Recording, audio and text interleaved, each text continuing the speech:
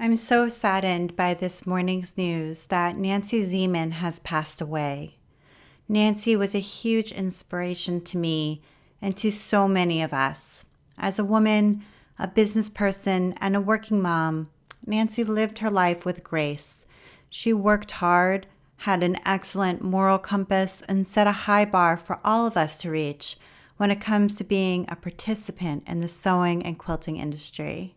In May, a few months before she got sick with cancer again, I had the privilege of interviewing Nancy Zieman about her work and her life. It was truly an honor, and I have to say, it was also a highlight of my professional career. I wanted to replay that interview for you today as a way of honoring Nancy's memory, which I know lives on so strongly in all of us. Here it is.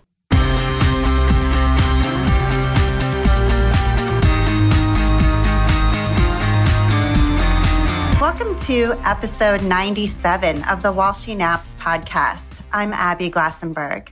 Today, we're talking about building a lifelong career in sewing with my guest, Nancy Zieman. Nancy Zieman's an author, designer, businesswoman, TV producer, blogger, and national sewing authority. She's the host of the popular show Sewing with Nancy, which appears exclusively on public television stations across the United States and Canada. You can watch Sewing with Nancy online at nancyzieman.com.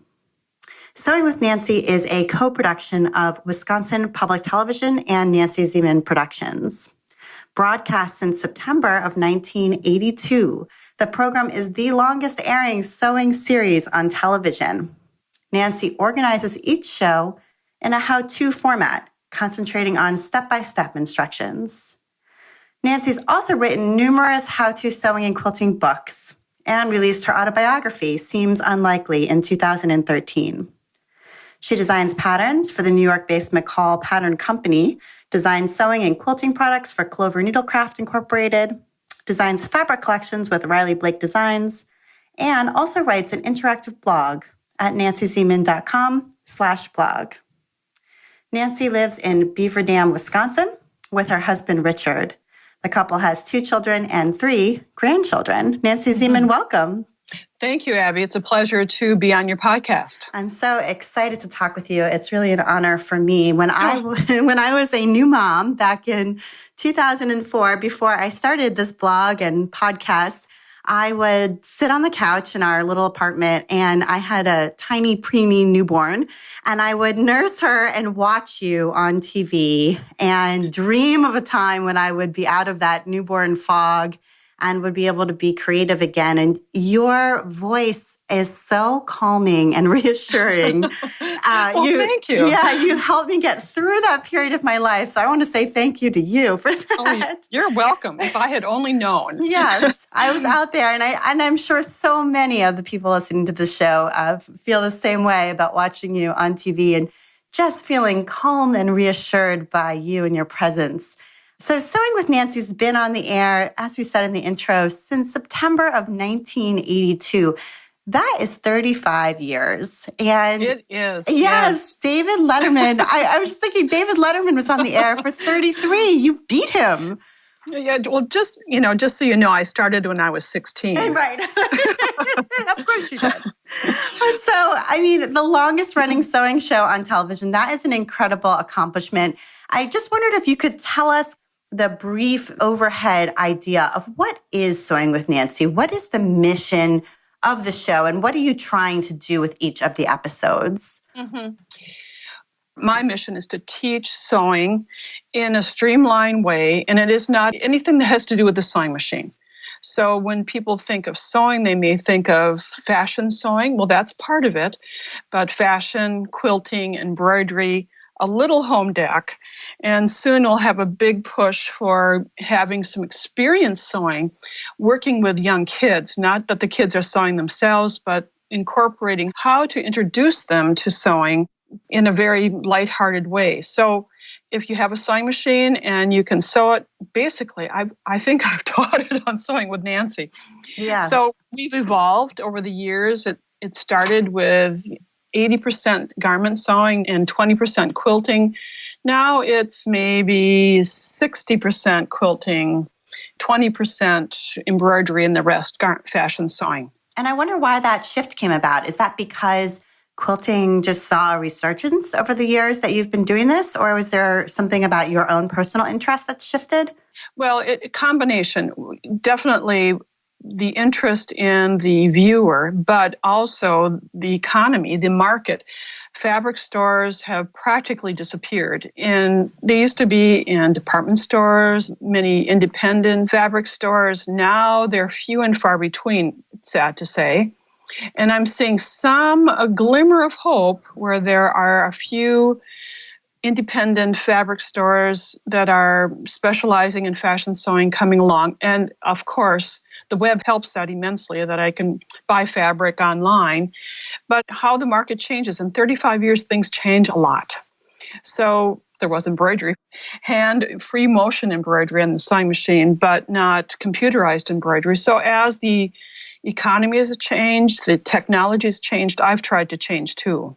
Yeah, and I think that shows so much. And we're going to talk about those changes as we go along here because, as you said, when you've been in a business for that long, that's an inevitable part of it. And you've got to embrace it if you want to stay relevant. So take us back a little bit to the fall of 1982 when you were just getting ready to film the first episode of Sewing with Nancy. I really enjoyed reading your autobiography, Seems Unlikely, and hearing these stories. And for people who haven't yet had a chance to read the book or might be intrigued now to go and get it, I'd love to hear from you about that very beginning and how it came to be. You had been traveling around teaching sewing, right? And then you started selling notions to the women who were in the classes, and that kind of led to the beginning of the show. Yes, I started Nancy's Notions really on my kitchen table. We were living in Virginia, Minnesota, a small community, and I didn't have a job. We'd moved from Chicago, where I worked for a publishing company of sewing books. And so I decided to freelance, give seminars, and sell the few books that this company published and a few notions. And at that time, and this was 1979, notions were... there was an iron safe, a Teflon type foot that fit on the bottom of an iron. There were a collar point and tube turner and a Simflex gauge that measured buttonholes. These were novel things because in fabric stores, there were very few notions. This was even before the time of disappearing marking pens. And, I hate to tell you this, but, it was very limited.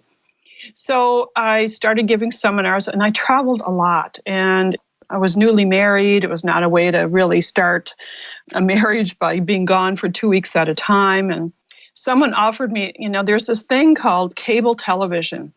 And actually, Abby, I recorded the pilot, videotaped the pilot in late 81. At that time, if you said cable television to people, perhaps they thought it was the cable that was holding their antenna to the top of their roof. It didn't register in our vernacular. Yeah, no, I'm sure that's true. I was, in 1979, I was 4. So, yes. Oh, that's the way it goes, Right. So this person asked me in Milwaukee, he owned a store and was videotaping lessons for the people who had purchased sewing machines. And he heard about this new thing called cable television. And obviously I have a facial paralysis. And I thought, I really am not TV material. But, I thought, okay, I'll give this a try. Expected it to be a one and done thing because I didn't really know what it was. It took us 13 hours to record, or in those days it's called videotape, the first episode. We had one camera. The lights were hot. I got a sunburn on my face because it was recorded in our living room, a small little 2-bedroom house. And oh my goodness, it was quite the deal. And basically, his goal was to sort of do a demo of a sewing machine and that way convince people to buy more sewing machines. Is that right? That's what he did with his wife in his store. But for me, he thought, well, let's try this cable television thing, which I didn't know anyone who had cable television. But we did it. And I thought, well, maybe this is a way of getting off the road. And so we did one, and the name of this television cable station was SPN, the Satellite Program Network. It's no longer in existence, but they were desperate for programming. They took our program, And I recorded 11 shows with him. And then at show number 11, he said, this isn't working, and kind of cavalierly said, go ahead and try it yourself. And I had a 3-month-old baby. I thought, oh my boy, there's no way I'm going to do this. And I remember waking up in the middle of the night in a cold sweat thinking, if you don't do this now, you'll never have another opportunity. And I have never had this 2 o'clock in the morning revelation like I did then, and continued. Then I made some calls and did it on my own and got a 3-month contract with SPM because I didn't think I could pay for more than 3 months, and it worked. Let's just clarify too. So you were paying them to create and publish the show. It wasn't vice versa. No, that's still the same thing today. I do not get paid to be on television because I'm the producer. I have to pay for the production. People think that, I get paid to do it. No, I don't. Even with public television, I have to pay for the production costs.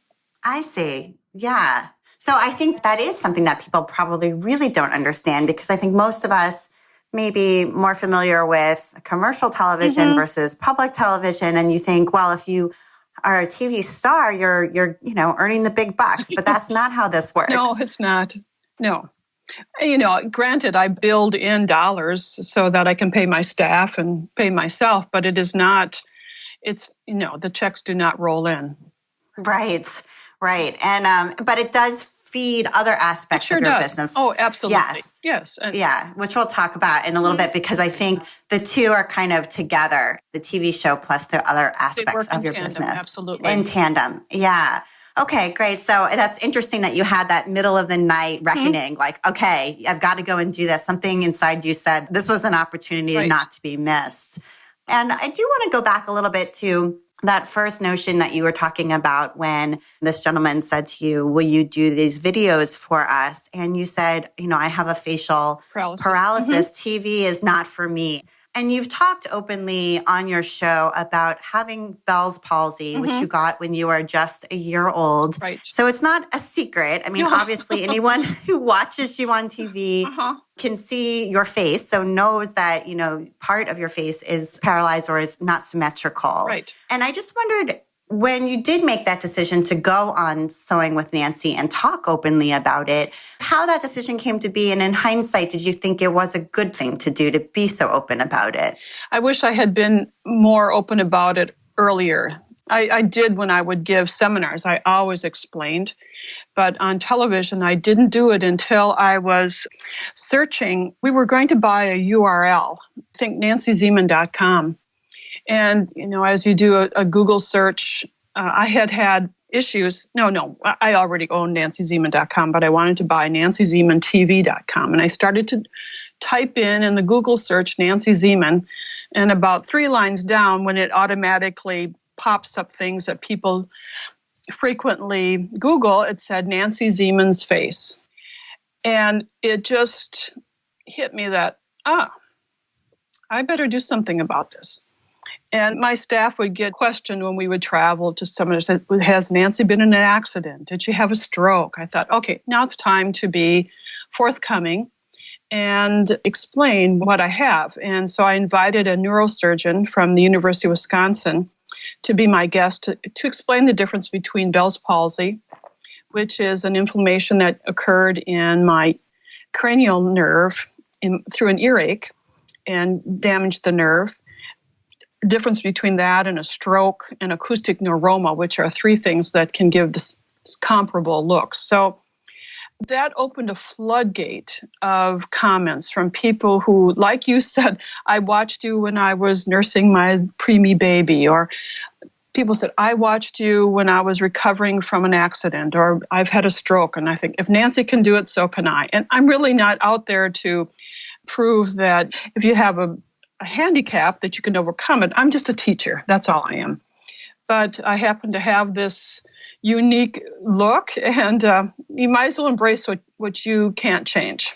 Yeah, absolutely. I think that was really brave. And I think having somebody who was an expert come on with you was a great way to do it, so that it wasn't just coming from you, and it was really hearing the medical side of it and how it came to be and what it means. And I can definitely see it would give people confidence and faith that you don't have to be perfect to be successful. Right. And so in some way, did that lead you to write this autobiography, Yes. Seems Unlikely? Yeah, that was the springboard for writing Seems Unlikely. And I'm still amazed that I did that.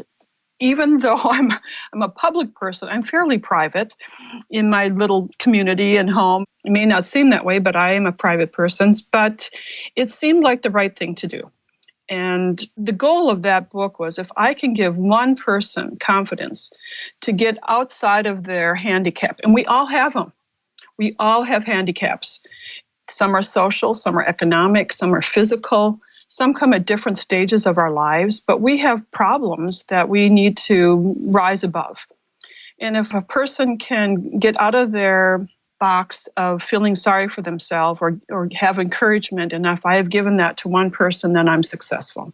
Yeah, and I think you've definitely given that to many more than one person, but I agree with you. Thank you, Abby. Yeah, absolutely. And I think it's interesting how you describe yourself as a private person or sort of a reserved person. And I know you've written that you're the most unlikely of television personalities. Yes. And I just wonder how you combat that, or, how you sort of get into the mode of being basically on stage in front of a camera.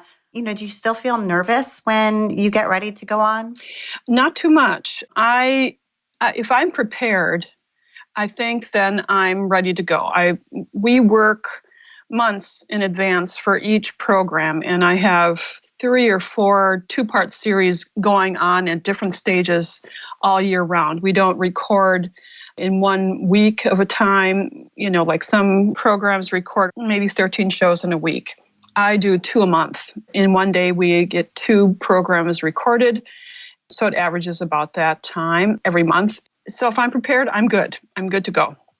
Yeah. And, I can relate to that because I used to be a 6th grade teacher, and I'm also quite a reserved person and not a naturally outgoing person. But being in front of a classroom, if I was prepared, I felt totally at ease and not nervous. So I think, it's almost like knowing your script. If you're going to be acting in a play, you don't feel as nervous because you know exactly what's going to happen. Right. And what kind of project or guest makes for the best episode? You've done so many episodes. I'm sure that some of them have been smooth sailing and some of them have been, oh my gosh, this is hard to do. And I wonder if you can tell us a little bit about sort of what project or what kind of person makes it easy. I've learned a lot about interviewing people and planning in advance.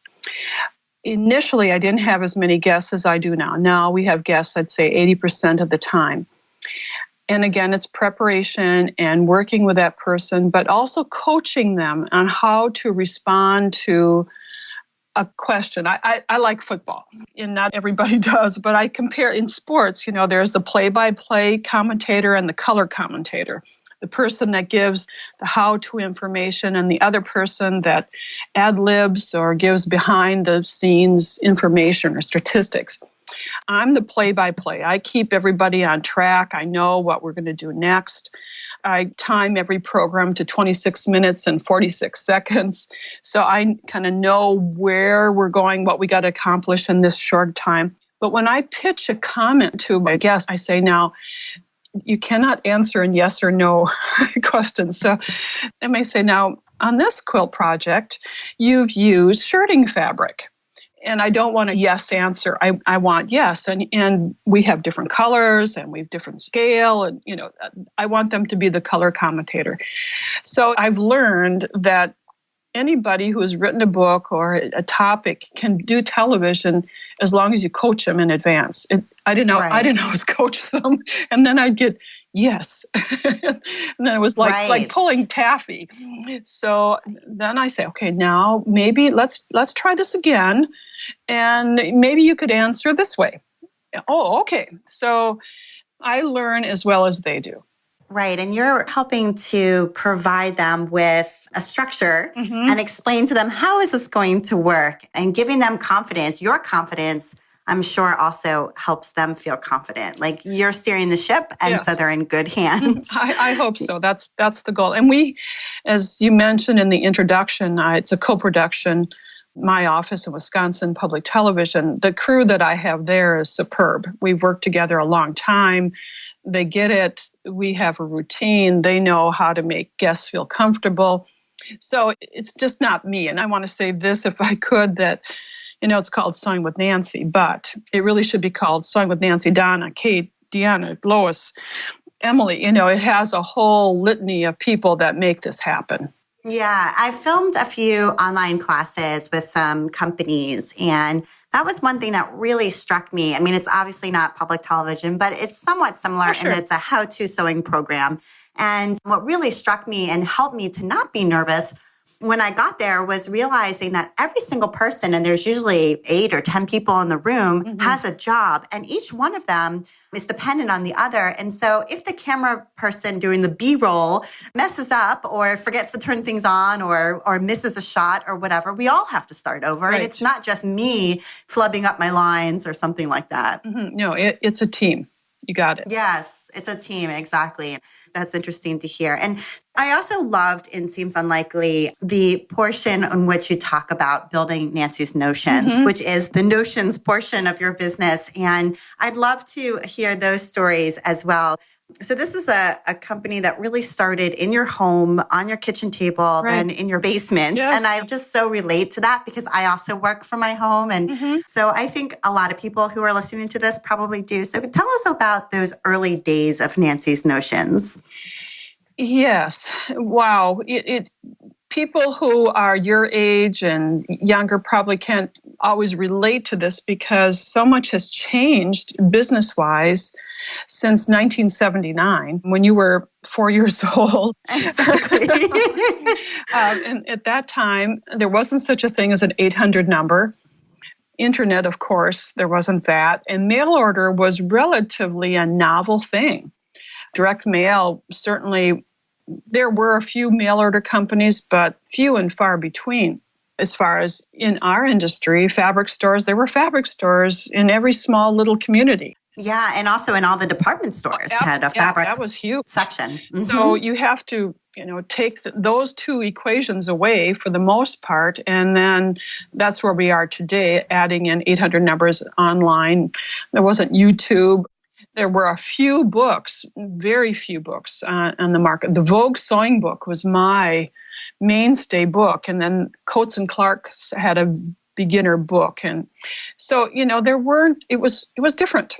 But anyway, so I had worked for a small publishing company of sewing books. I knew a little bit about doing artwork, and things were, typeset, and we had to go to a typesetter to get the type placed, and you'd lay it out on boards and so forth. But I decided, I'm getting too deep here, but I just decided that, okay, we're going to try this direct mail. I had a few products. I lived in Beaver Dam, Wisconsin, population 15,000.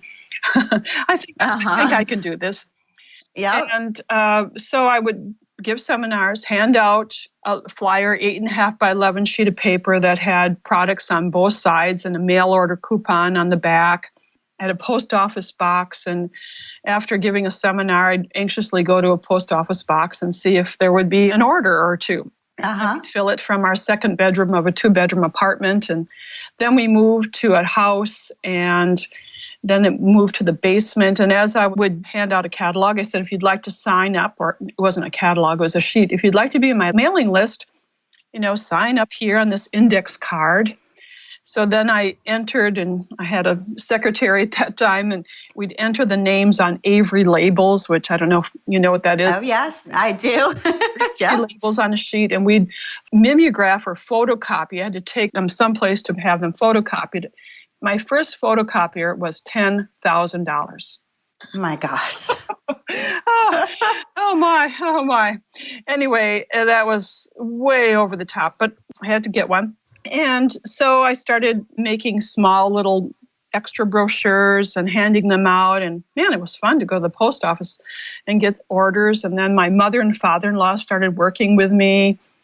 And my father-in-law was a farmer who had retired, and he had a building on his farm that he started to remodel, put in paneling and put in an air conditioning and put in heating. And he said, we're moving out to the farm to fill orders. So I had my office in the basement and mail order a couple miles away, and things just expanded. Then 800 numbers came.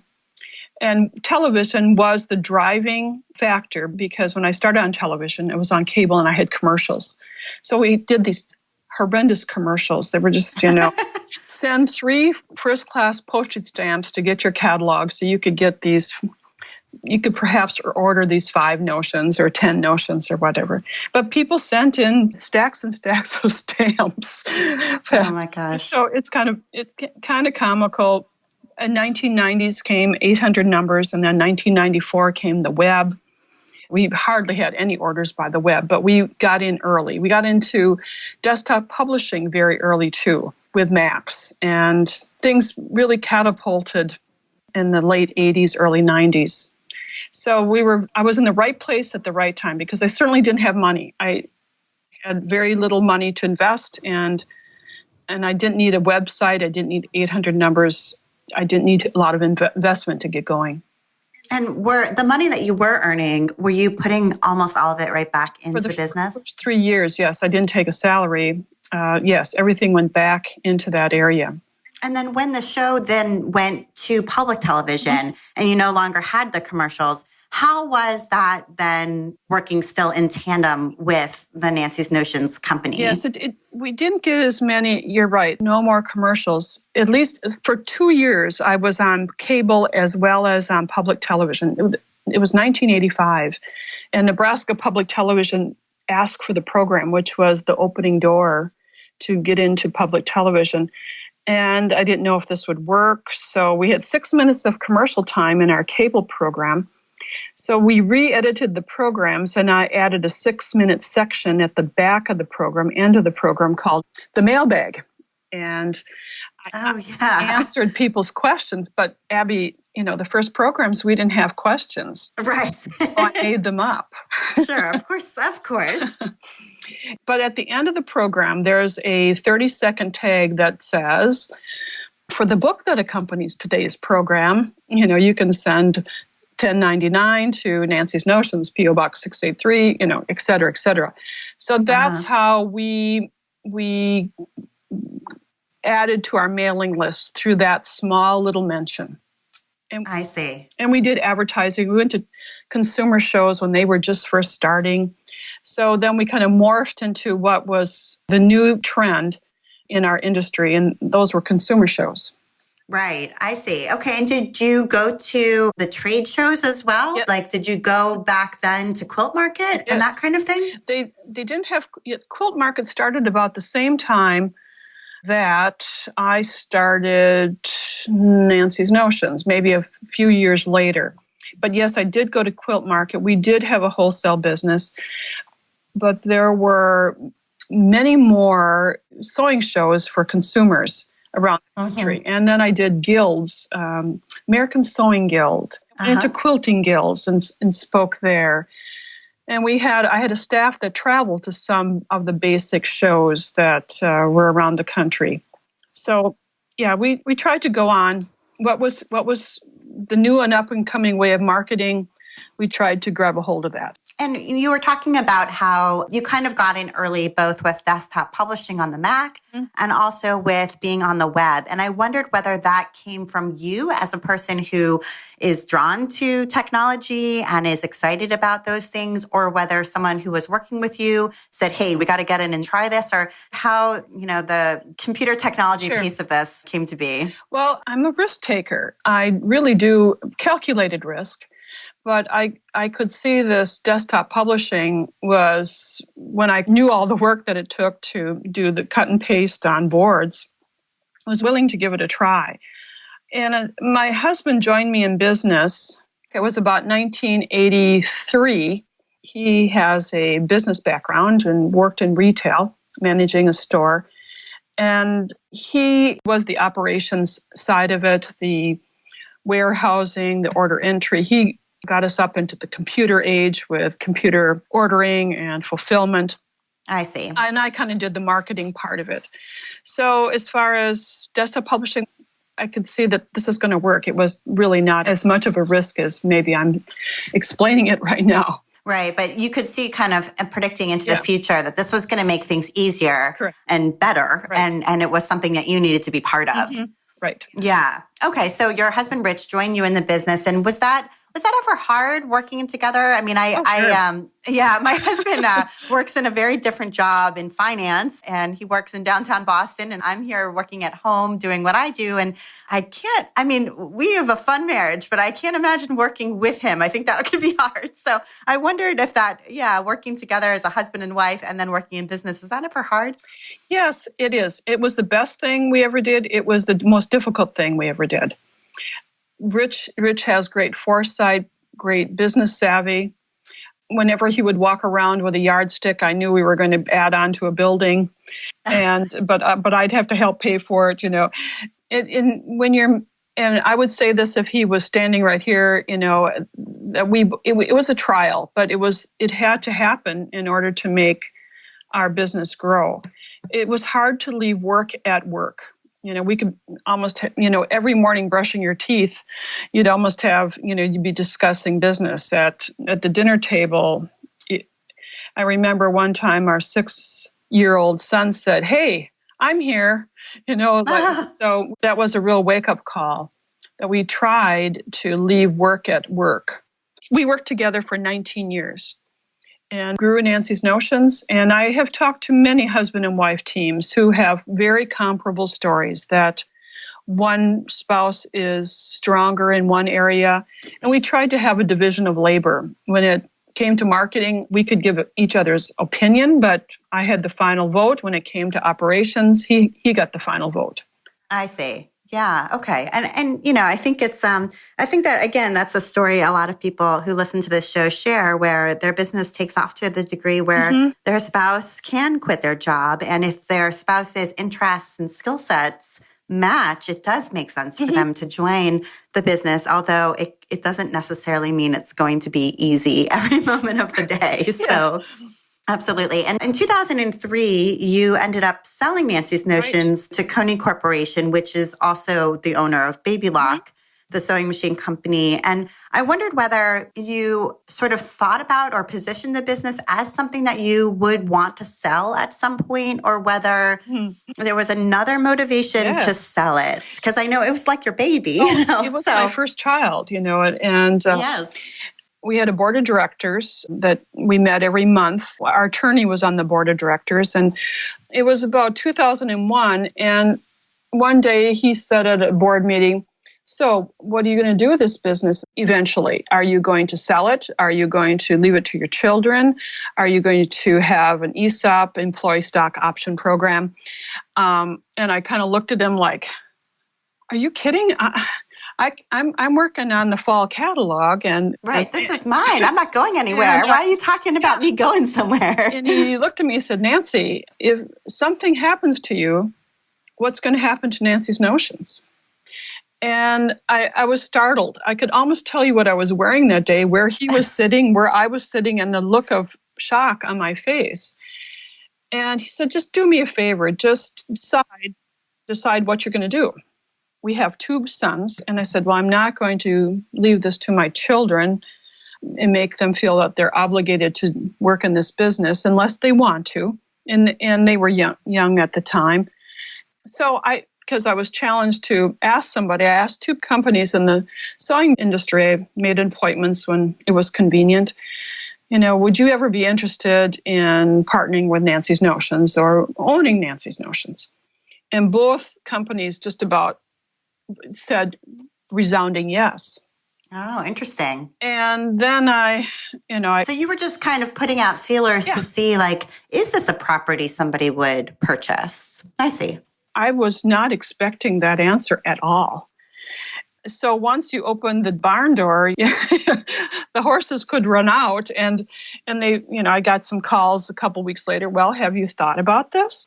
So I prayed about this. God direct me, am I supposed to do this? And we went through the process and had our business evaluated.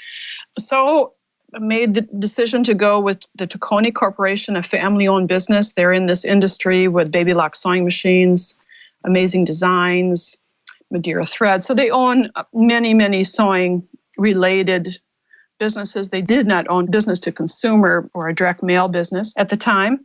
And so, long story short, I made that decision because I thought, well, what if something would happen to me? Or when I'm older and I can't find a buyer, and now I have one. Mm-hmm. And so this was sort of ensuring your longevity in a way, and you felt as though they would preserve the essence or the sort of specialness that you had created and not corrupt that, even though they became the owner. Yes, and they have. I could not be more pleased with. I mean, yeah, it was tough. It was tough letting go. And I continued as president for 5 years after selling Nancy's Notions.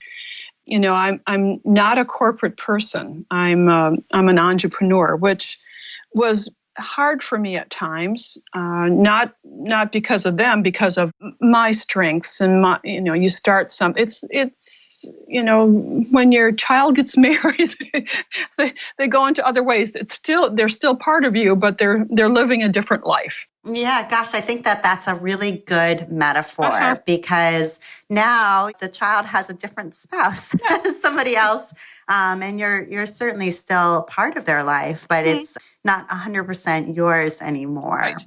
But it was a good thing to do at the time. And my husband and I did not have deep pockets. We grew quickly.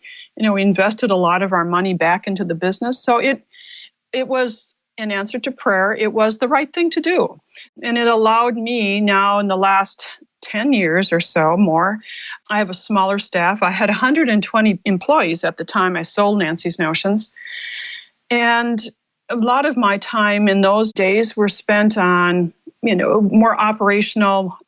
We had an HR director, but you know, you want to keep your family happy, and that was really important to me to every day practically go walk through the building, say hello to everyone. And I didn't do it every day, but at least every week I spoke to every person there and involved in their families. And, you know, we live in a small town, so that was easy to do. Right. And they were part of your family. Yes. And so this sale allowed you to have someone else be in that role. Yes. It didn't have to be you. Exactly. Right. And it allowed me to be, the creative part of my job had kind of fallen by the wayside. It was more, you know. As so often happens when you start a creative business and it grows. I mean, yours grew at a much accelerated pace to most people's, but I think many people can relate to that feeling of, my gosh, I spend 80% of my time in front of the computer now and I never am sewing. Yeah. Right. Mm-hmm. And so this allowed you to get back to some of that creativity. Yes, exactly. Okay. And you've stayed involved. Yes. You're still a spokesperson for Baby Lock and that sort of thing. And Nancy's Notions is 1.5 miles away. So it's I have a small office here we have 5 or 6 employees, I don't call them employees, my coworkers, and we're a small group and we work together. So it's all a good thing. Right. I see. Okay. And I wanted to hear a little bit about your family. So you've referred throughout this to your children. You have 2 sons that you had through both birth and adoption. Right. And I wonder if you talk a little bit about being a mom, being a working mom, especially when your boys were young. Because in the book, you talk about your nanny, Joan, who helped to care for them when you were working. And some of those conflicted feelings of sort of not being present all the time, being a working mom, when maybe, you know, not everyone was doing that. That to this day, you know, if I wish I had spent more time with my kids, but then my kids grew up to be great adults. So I don't think they suffered that much. Joan, who came to our house every day and lived and is a member of our family. At Christmas, she comes, you know, we make sure we have all of our family together when Joan's there, and her kids, her family, part of ours. And living in a small town, we came home for lunch every day. I could go to the kids' events, break away from work. And we tried really at Nancy's Notions to allow our full-time people to do the same if possible. If there's a Mother's Day tea, that they could go to that and so forth. But it is a balancing act. And there's no doubt that when you mentioned that, I could just feel a little lump in my throat thinking, oh, yes. Oh, yeah. And I think so many of us feel that way. And, you can't be in two places at once and you can't replicate yourself. There's only one of you. And it is, true to care very deeply about two different things at the same time. But you can give your kids, and my dad and mom were farmers, and, they both worked a lot. But they were there, but they weren't doting parents, but love, I knew I was loved and cared for. And I think farm kids tend to have a great responsibility or know how to work, how to commitment, maybe too much sometimes. But I think our kids got to see how you balance family and work, that if you start a project, you finish it. And if you know how to work things through. So through osmosis, encouragement to working moms and working families is that you are teaching your children something that, without saying anything, by your commitment to your family. And I always tell my kids, you're privileged. You have everything that you need, but you have to work for it and you have to give back. So I think you have to learn to balance if you're working, there's some benefit that your kids can learn from that as well. Absolutely. I think that's totally true and very helpful and reassuring to those of us who do try to do both at the same time. So I think thank you for those words. And you mentioned that your parents were farmers. You grew up on a dairy farm. You were very involved in 4-H as a young person, and really credit that experience to helping you develop your presentation skills, your sewing skills. I didn't do 4-H because it was not part of what was offered where I grew up in suburban Washington, D.C., but I did have home economics. And that is, in 8th grade, is where I learned how to sew on a sewing machine. And my daughters, I have 3 daughters, and they go to public school and don't have home economics in school, despite the fact that we have excellent public schools here. Home economics is not part of the curriculum. And I wondered how you feel about that, and if you feel we should bring it back and how it could be modernized for today's kids. Well, part of me, you're going to be surprised at this answer. Okay. Part of me thinks it is not a public school curriculum topic, because with so much pressure of learning the basics, when I think back to when I went to school, technology was not part of it. There's so much emphasis that I think needs to be made more in English, teaching people how to write, how to spell. I have a real problem with that. But anyway, okay, that aside, then the other side of this coin is life skills should be taught not only in sewing and menu planning, but in the industrial arts or woodworking, welding, all those life skills. So I think... And I also think maybe financial planning, too. Word, how appropriate, Abby. Yes. Yes. So that is a whole... So I think sewing as a topic itself, no, but in a big scale of things, introducing kids to, you don't have to go to, I know that you have a great litany of education, but you can make a great life by going to a technical school and learning a trade. But if they're not introduced to those trades, how are they going to know that? You could make easily a business at home with your sewing machine. A woman with a sewing machine is power, if we would give people an introduction to that. So I can't solve the problem, but I do think there's a place in it, but not a class by itself. I see. Okay. Yeah. I think that's interesting to hear. That's a good perspective. And I asked on Facebook, I asked some of my friends to suggest a question to ask you. And one of them suggested a good one. So I'll ask it, which is, if you were jumping into a lifeboat and could only bring one sewing notion with you, what would it be? Oh, my. Oh, a lifeboat and only bring one sewing notion. Oh, scissors, I guess. But boy, if you don't have needle and thread, I'm not answering that question very well. I would have to have a couple of things, but just the basics, I guess, would be the... Yeah. Okay. I think scissors is actually probably a good choice because you can use it for other things besides sewing. So There you go. that seems like a good one. And so the other thing I was wanting to ask about is about all of these changes that you were referring to around technology and things like that. And you've kept up so well with them, but now we access sewing instruction and sewing media in so many different ways. You know, Right. it might have been when you first started that it was really hard to find a book and there was no television show. But now, I mean, it's almost like there's too much. It's absolutely everywhere. You go on Pinterest, you can find tens of thousands of tutorials for every technique. And so although, you know, you have managed to keep up with that, I wonder how you're sort of thinking about the future of all of this. And, you know, sewing publishing is struggling right now. And things are kind of in a time of flux. Everyone goes to YouTube to get instruction for free. So how are you feeling about the state of the industry at this moment? Well, I was just talking about this same topic 2 days ago with my good friend Eileen Roche, who is publisher and designer of Designs and Machine Embroidery.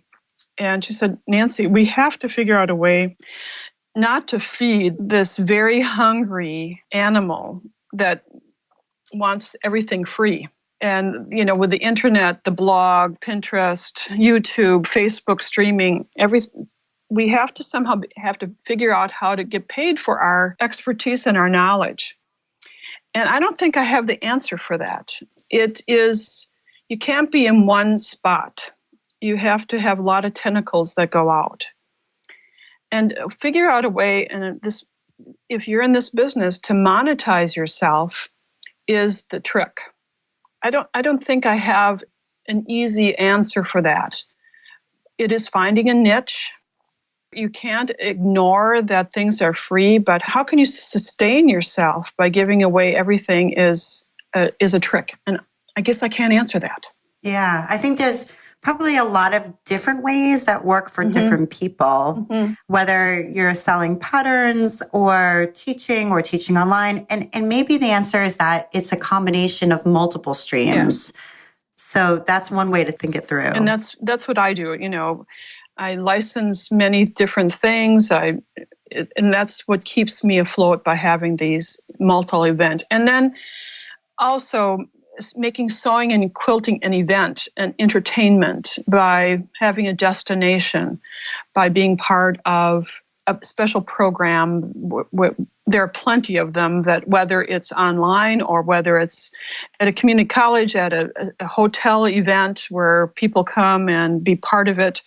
A lot of work, but that's something that we can't ignore either. We need to interact with other people who like our same kind of craft, our same kind of how-to, because it just re-energizes. It re-energizes me. So I'm assuming it does to other people as well. Yeah, absolutely. And speaking of which, you have an annual sewing weekend, which is coming up in May. And I wondered if you could tell people about what that is and what to expect. Yes, we do 2 events a year that are fun to work with, that have, let me just quickly make sure I got the right dates. We do a sewing weekend every year in Beaver Dam through Nancy's Notions. This year, 2017, it's Thursday, Friday, Saturday, the 4th, 5th, and 6th. We have seminars, shopping, events. It's a fun 3-day event. And then we also do a quilt expo at a large center at the Lion Energy Center in Madison, Wisconsin, where we have about 20,000 people come. It's like the 7th through the 9th of this year. And that is where you get the interaction. You see beautiful quilt shows or beautiful exhibits, and you get one-on-one. And that's, since I don't travel as much as I used to hear back from our customer or my viewer, what are you interested in? What would you like to see? It gives me a whole fresh perspective. Absolutely. And I think on this online age where all of us are connected virtually, to me, these in-person experiences take on even more importance and Yes, meaning. absolutely. I highly recommend attending an in-person event because, as you said, it's energizing. And also, as a business owner, you learn so much Right. from just talking to people and asking them, where do they buy fabric and what are they sewing now and what do they think about that quilt? And it's just really informative. So that's wonderful. And I know in 2015, you were diagnosed with cancer and your life has had a lot of different medical issues. And this is one of them. And I wondered how you're feeling now. Thanks for asking. I'm feeling so much better. It was 2 years of treatment and surgeries and tough times. And I have to say thank you to my staff at Wisconsin Public Television. We did some creative programming. They allowed me to record, when I was feeling well, and my staff here was very supportive. The word remission was used a year ago, and I'd say I'm back to 90%. I had a very unusual bone cancer and a replacement of a femur, and I have a mechanical leg, so I walk with a cane, which is humbling. But but I am doing fine. I have my own hair again, which I had a great wig. It was just the best thing, and I hated wearing it because it was so hot and uncomfortable. But people would say that's a wig, and it was. So I called it Rachel. It had a name, and so I am very thankful and grateful to dedicated medical staff and a husband such a caregiver. And people who go through life-changing illnesses, they get a lot of the sympathy, but it's the caregiver that needs it as well. So just my sideline comment. Yeah, well, I'm so glad to hear that. That's really, and it really makes me feel good that you're feeling better. Yeah. And I wanted to get to some recommendations. One is that you're a knitter, and I wondered what's on your needles right now. What are you knitting? I knit small projects, but one of my favorite things to knit are felted clogs or felted slippers. And I think many of my friends have received these as birthday presents, but you knit with double yarn and big knitting needles, and they have a sole that's 2 layers, and they're really cozy and comfy, but then you have to felt them, which is the hardest. Right, so they go through the washing machine? Yeah. That's the hardest part, I think. They look like they'll fit the a Yeti. They're so huge, and then when they shrink, they're half the size, and it's just kind of fun. Or I knit scarves, but right now I have these felted clogs on the needle. I have one done and one to go for my mother. My mother said, "Pair I had wore out. I need another one." So. Oh, well, that's a good sign. Yeah, it is. She's actually wearing your hand knit, so that's great.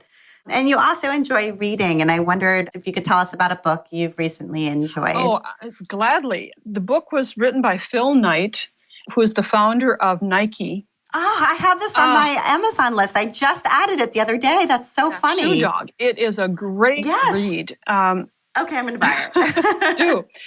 And then I read that book, but I listened in the car recently to, it's an older book, Garlic and Sapphires by Ruth Reingel, I think is her last name. She's was a food critic, maybe still is, for the New York Times. And dressed up to go into restaurants to review them, dressed up as different characters because people recognized her going into a restaurant. And so she became different people. And the audible book of that is perfect because the reader takes on these different accents, and it's so much fun to listen to.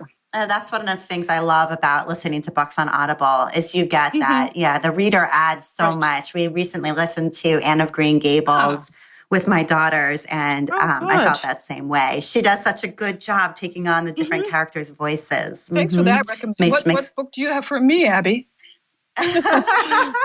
Well, let's see. I'm actually kind of really into tech, and I loved the biography that came out not too long ago of Elon Musk. Okay. I think he's a fascinating person who is not afraid to think completely differently than everyone else and to do something that everybody's saying is impossible. And I really admire that. I'm gonna read that next. So thank you. Yeah, absolutely. So, well, Nancy, this has been terrific. Thank you so much for taking the time to be on the show. And I want to say thanks for inviting me. Bye for now. And you've been listening to the While She Naps podcast. I'm Abby Glassenberg. Visit my blog, whileshenaps.com, where you can sign up for my email newsletter to get the best in sewing and blogging and small business delivered right to your inbox each week. And if you enjoy the show, tell a friend about it. Thank you so much, and I'll see you next time.